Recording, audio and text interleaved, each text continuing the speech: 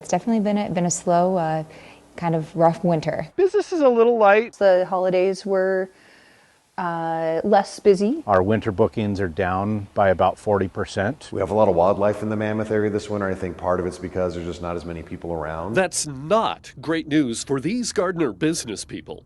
They need a robust winter to recoup the losses from last summer when flooding closed access to the park from their communities. Everybody's done a really good job of being flexible and rolling with this because there's no playbook to what's happened here. Because the wastewater system could not be repaired in time for the winter, the Mammoth Hotel behind me here is not taking guests this season. The first time that's happened in a long time.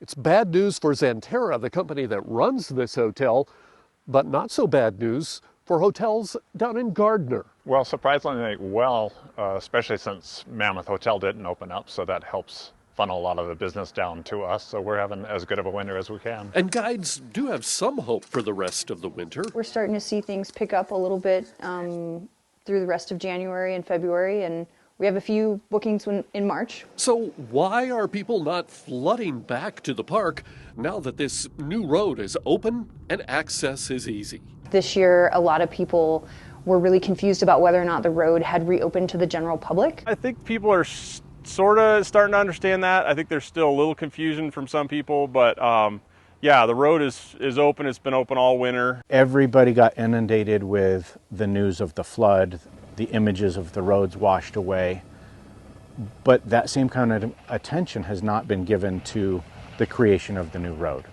But everyone is optimistic for the coming summer. Advanced reservations for next summer are excellent. You know, we have strong interest in Yellowstone again. We expect visitation to be normal. Next summer, our bookings are actually up a little bit from what they were this time last year. The power of Yellowstone to draw people hasn't dissipated. I'm expecting it to be back to normal and hopefully gangbusters come July and June, and I hope that businesses are surprised. The winter season runs until mid-March. Superintendent Shawley says winter operations are in full swing, and McGarry tells us snow conditions are stellar. She says people who don't visit now are missing out. In Yellowstone National Park, John Shearer, MTN News.